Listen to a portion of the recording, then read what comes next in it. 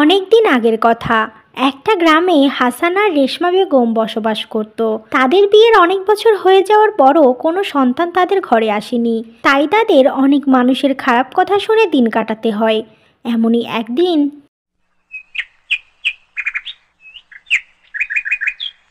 কি গো, তোমার এত মন খারাপ কেন? কি হয়েছে তোমার? আচ্ছা, আমাদেরকে ওপরওয়ালা একটা সন্তান কেন দিল না বলো তো? যদি আজ একটা সন্তান থাকতো তাহলে আর লোকের এত খারাপ কথা শুনতে হতো না। তোমাকে না বলেছি কখনো এই নিয়ে মন খারাপ করবে না। ওপরওয়ালার যখন ইচ্ছা হবে তখনই আমাদের সন্তান হবে। তাই এসব কথা ভেবে তোমার সুন্দর জীবন নষ্ট করো না রেশমা।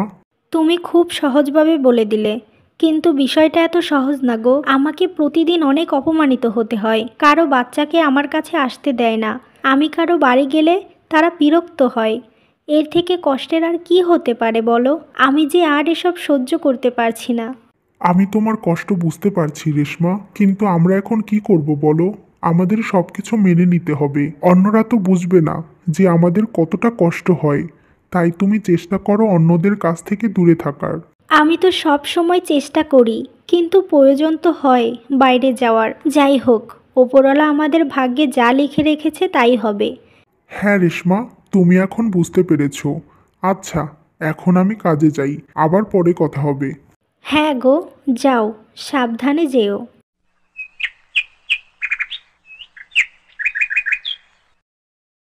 ইস, সকাল সকাল কার মুখ দেখলাম!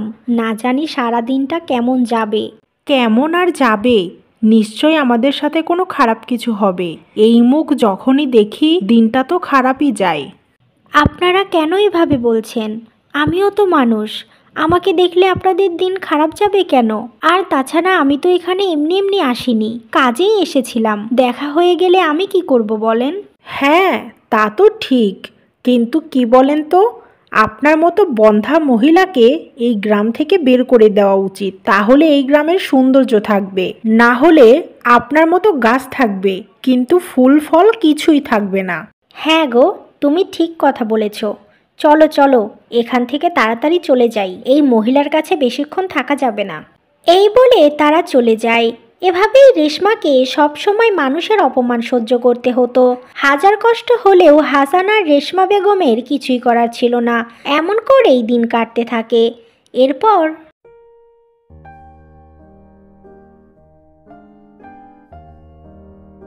এ কি, এই রাস্তার ধারে বাচ্চাটাকে এভাবে কে ফেলে রেখেছে? ওর তো অনেক কষ্ট হচ্ছে। আশেপাশে তো কাউকেই দেখছি না। যাই, বাচ্চাটাকে আগে কোলে নেই।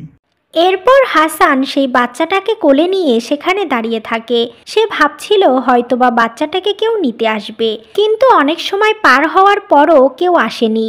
তাই হাসান বাচ্চাটাকে নিয়ে বাড়ি চলে যায়। এ কি, বাচ্চাটা কার? তুমি এ কাকে নিয়ে এসেছো? এরপর হাসান রেশমাকে সমস্ত কথা খুলে বলে। আহারে, কে এত নির্দয় যে এতটুকু বাচ্চাকে রাস্তায় ফেলে রেখেছিল? আমরা হাজার চেয়েও পাচ্ছি না, আর অন্য কেউ পেয়েও মূল্য দেয়নি। আমার মনে হয় এই বাচ্চাটাকে কেউ নিতে আসবে না। আমি অনেকক্ষণ ওখানে দাঁড়িয়েছিলাম, আবার আসার সময়ও অনেককে জিজ্ঞেস করেছি, কিন্তু কোনো লাভ হয়নি। তাই আজ থেকে আমরাই ওকে বড় করব। হ্যাঁ গো, আজ থেকে আমরাই ওর মা বাবা। আর ও তো মেয়ে, তাই ওর জন্য আমি একটা নাম ভেবেছি। এখন থেকে আমরা ওকে নীলা বলে ডাকবো। বাহ, এটা তো খুব সুন্দর নাম। ঠিক আছে, এবার যাও, মেয়েটার কিছু খাওয়ার ব্যবস্থা করো। না জানি কতক্ষণ না খেয়ে আছে। এরপর রেশমা দুধ নিয়ে এসে নীলাকে খাওয়াতে শুরু করে। এমনভাবেই হাসান আর রেশমা নীলাকে অনেক আদর যত্নে বড় করতে থাকে। এভাবেই কেটে যায় বেশ কয়েক বছর। এরপর মা নীলা, আমি কাজে যাচ্ছি, তুই তোর মায়ের কাছেই থাকিস, কেমন? আচ্ছা বাবা, আমি কোথাও যাব না। তুমি সাবধানে কাজ করো আর তাড়াতাড়ি বাড়ি ফিরে এসো। ঠিক আছে, তুই এবার ঘরে যা, আমি তাড়াতাড়ি বাড়ি ফিরবো।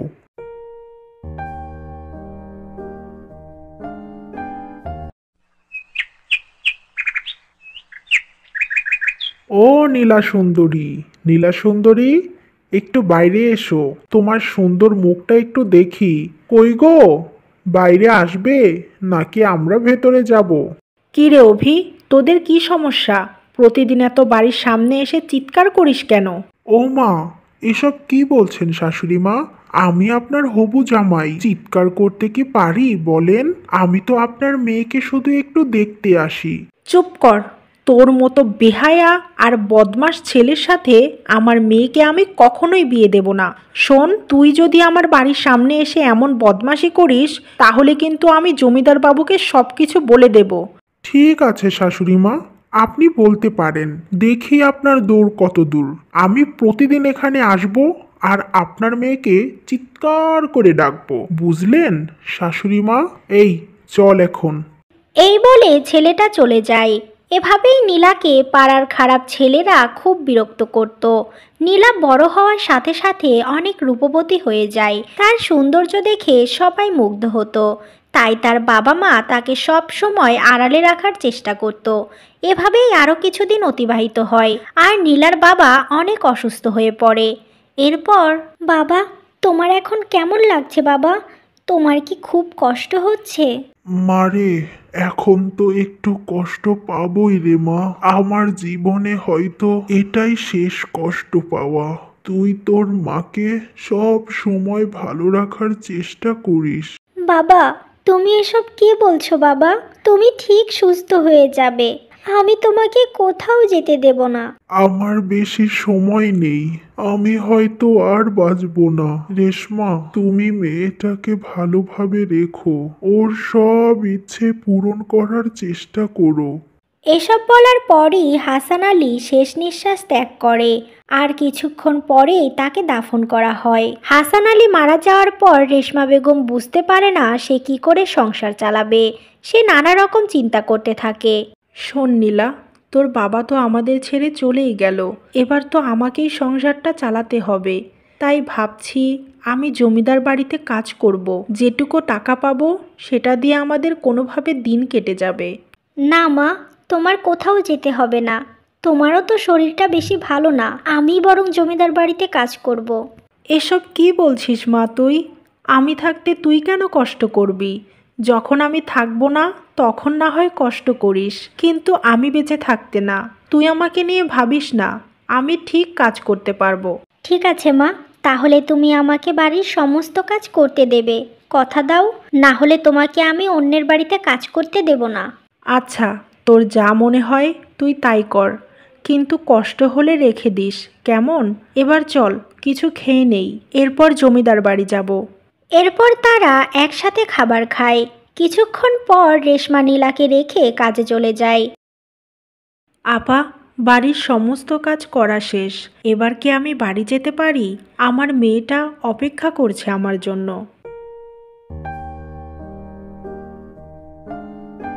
যাবেন যখন যেতে পারেন, কিন্তু আমার রুমটা পরিষ্কার করে দিয়ে যান। আমি তো তোমার ঘর একটু আগেই পরিষ্কার করে দিয়ে এসেছি, তুমি হয়তো দেখোনি, তাই না? পরিষ্কার করেছেন তো কি হয়েছে? আমি যখন বলেছি তখন আবারও পরিষ্কার করে দিয়ে যান।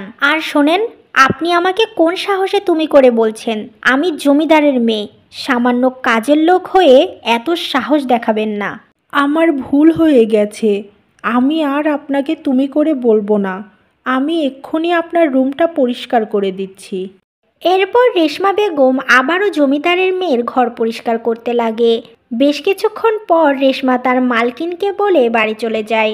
মা, তোমার এত দেরি হলো কেন আসতে? সেই কোন সকালে গিয়েছো? পরের বাড়ির কাজ, একটু তো দেরি হবেই। তা তুই দুপুরে খেয়েছিস তো? না মা, আমার একা খাবার খেতে ভালো লাগেনি, তাই খাই নাই। এটা তুই কি করেছিস নীলামা? না খেয়ে থাকলে যে তোর শরীর খারাপ হবে। এভাবে আর আমার জন্য না খেয়ে থাকিস না। মা, তোমাকে রেখে আমি কি করে খাবো? তুমি অন্যের বাড়িতে কত কষ্ট করে কাজ করছো, আর এদিকে আমি পেট ভরে খেয়ে বসে থাকবো? এটা আমার দ্বারা সম্ভব না। তুমি বাড়ি আসলে দুজনে একসাথেই খাবো, ব্যাস। ঠিক আছে, তুই যখন ছাড়বিই না তবে আজ থেকে তাই হবে। এবার চল দুজনে খেয়ে নেই, দুপুর গড়িয়ে বিকেল হয়ে গেল। এরপর তারা খাবার খেতে যায়। এভাবেই রেশমা প্রতিদিন নীলাকে বাড়ি রেখে জমিদার বাড়িতে কাজ করতে যেত। বেশ কয়েক মাস কাজ করার পর রেশমা হঠাৎ অসুস্থ হয়ে পড়ে। এরপর, মা, তোমার তো আজকে খুব শরীর খারাপ। আজকে তোমার কাজে যেতে হবে না, তুমি বরং একটু বিশ্রাম নাও। না রে নীলা, আমার কাজে যেতে হবেই, না হলে যে আমার কাজটাই চলে যেতে পারে, তখন কিভাবে সংসার চালাবো? তোমার এত কিছু ভাবতে হবে না মা, তোমার শরীর যে আর নিতে পারছে না, কিছুদিন তোমার বিশ্রাম প্রয়োজন। আমার বিশ্রামের কোনো প্রয়োজন নেই, তুই বরং একটু খাবার নিয়ে আয়, খেয়ে কাজে চলে যাব। মা, তোমাকে আমি কিছুতেই কাজে যেতে দেব না, দরকার হলে আমি জমিদার বাড়িতে কাজ করতে যাব। তুই এসব কি বলছিস? তুইও বাড়িতে কাজ করতে পারবি না। জমিদার বাবুর একটা মেয়ে আছে, সে খুব খুঁতখুঁতে, সব সময় কথা শোনায়, ওর সাথে তুই থাকতে পারবি না। মা, তুমি চিন্তা করো না, তুমি যদি সহ্য করতে পারো তো আমিও পারবো। তোমার মেয়ের ওপর তুমি এইটুকু বিশ্বাস করতে পারো মা। ঠিক আছে, তাহলে তুই বরং আজকে যা, দেখ কাজ করতে পারিস নাকি। এরপর নীলা তার মাকে খাবার দিয়ে জমিদার বাড়িতে যায়। এ কি, তুমি কে? এখানে কেন এসেছো? আমি নীলা, আমার মা এ বাড়িতে কাজ করে, কিন্তু কিছুদিন আমার মা আসতে পারবে না। মায়ের শরীরটা অনেক খারাপ, তাই আমি এসেছি। তোমার মায়ের পরিবর্তে তুমি এসেছো, তুমি কি বাড়ির সমস্ত কাজ করতে পারবে? হ্যাঁ, আমি পারবো। কি কাজ করতে হবে বলেন? যাও, বাড়ি ঘর পরিষ্কার করে রান্না বসাও, রান্নাঘরে লোক আছে, তোমাকে বলে দেবে আজ কি রান্না করতে হবে। আর হ্যাঁ, এ বাড়িতে কাজ করতে হলে আরও সকালে আসতে হবে। এই বলে জমিদার স্ত্রী চলে যায়। এরপর নীলা বাড়ি পরিষ্কার করতে থাকে, তারপর রান্নার কাজ শুরু করে দেয়। এভাবেই সারাদিন কাজ করার পর বিকেলে বাড়ি চলে যায়।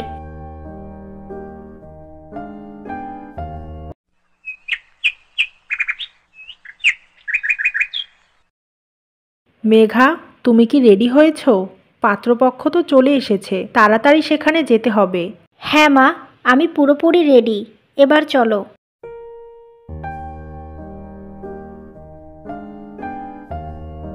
তা মা, তোমার নাম কি? আমাকে দেখতে এসেছেন আর আমার নামই জানেন না? এটা কেমন কথা? তোমাকে দেখতে আসার আগে তো আমরা তোমার নাম জেনে আসিনি। আপা, কিছু মনে করবেন না, আসলে আমার মেয়েকে এই প্রথমবার দেখতে এসেছে, তো তাই কিছু জানে না, ভেবেছে হয়তো আপনারা ওর নাম জানেন। মেঘা, তাদের সব প্রশ্নের উত্তর দাও। এভাবেই তারা কথা বলতে থাকে। বেশ কিছুক্ষণ পর কথা শেষ হয়ে গেলে তারা সেখান থেকে চলে যায়। মা, ওই দেখো, কি সুন্দর একটা মেয়ে, কিন্তু ও এখানে কাজ করছে কেন? আরে সত্যিই তো, ওই মেয়েটা তো জমিদারের মেয়ের চেয়েও বেশি সুন্দর। চল রাহুল, আমরা ওর সাথে একটু কথা বলি। কে আপনারা? আপনারা কি কিছু বলবেন? হ্যাঁ মা, বলছি তোমার নাম কি, আর তুমি এখানে কাজ করছো কেন? আমার নাম নীলা। আমার মা এই বাড়িতে কাজ করতো, কিন্তু বেশ কিছুদিন হলো মা অসুস্থ, তাই মাকে বাড়ি রেখে আমিই কাজ করতে আসি। ও, তুমি তো খুব লক্ষ্মী মেয়ে। আচ্ছা মা, তোমার বাড়ি কোথায়, ঠিকানাটা একটু দেবে? এরপর নীলা তার বাড়ির ঠিকানা দিয়ে দেয়। বেশ কিছুক্ষণ পর রাহুল আর তার মা নীলার বাড়ি যায়। আপা, আমি একটা প্রস্তাব নিয়ে এসেছি। আপনারা কে, আর কি প্রস্তাব নিয়ে এসেছেন?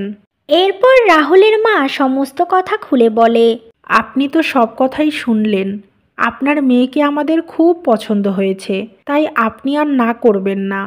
আমি তো রাজি, কিন্তু এই কথা জমিদার বাড়ির কেউ জানলে যে আমাদের সর্বনাশ হয়ে যাবে। আপনি আমাদের উপর ভরসা রাখুন, সব কিছু ঠিক হবে। ঠিক আছে, আপনারা যান, আমি আমার মেয়ের মতামত নিয়ে আপনাদের জানিয়ে দেব। এরপর তারা চলে যায়। বিকেলবেলা নীলা বাড়ি আসলে তার মা তাকে সব কথা খুলে বলে। সবকিছু শুনে নীলাও রাজি হয়ে যায়। অন্যদিকে এই কথা জমিদারের মেয়ে মেঘা জানতে পারে। এরপর কি ব্যাপার, আপনারা হঠাৎ আমার বাড়িতে? মা আপনাদের কিছু বলবে না, বলবো হচ্ছে আমি। আপনি কোন ধরনের মহিলা, হ্যাঁ? আমার বিয়ে ভেঙে দিয়ে নিজের মেয়েকে বিয়ে দিচ্ছেন, আপনার লজ্জা করে না? শোনেন আপা, এটা আমাদের বাড়ি, এ বাড়িতে দাঁড়িয়ে আপনি আমার মাকে এভাবে অপমান করতে পারেন না। আমার মা আপনাদের বাড়িতে কাজ করতে পারে, কিন্তু তারও একটা সম্মান আছে। কিসের সম্মান? তোর মা তো একটা চোর, আর তার সাথে তুইও। আমার হবু স্বামীকে তুই নিয়ে নিচ্ছিস।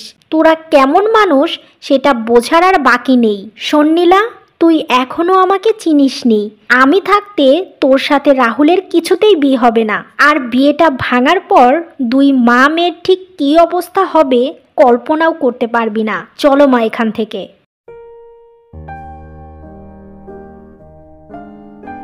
এবার কি হবে মা? জমিদারের মেয়ের সাথে তো আমরা পারবো না। আমরা এবার কি করব? তুই চিন্তা করিস না, আমি থাকতে তোর জীবন কিছুতেই নষ্ট হতে দেব না।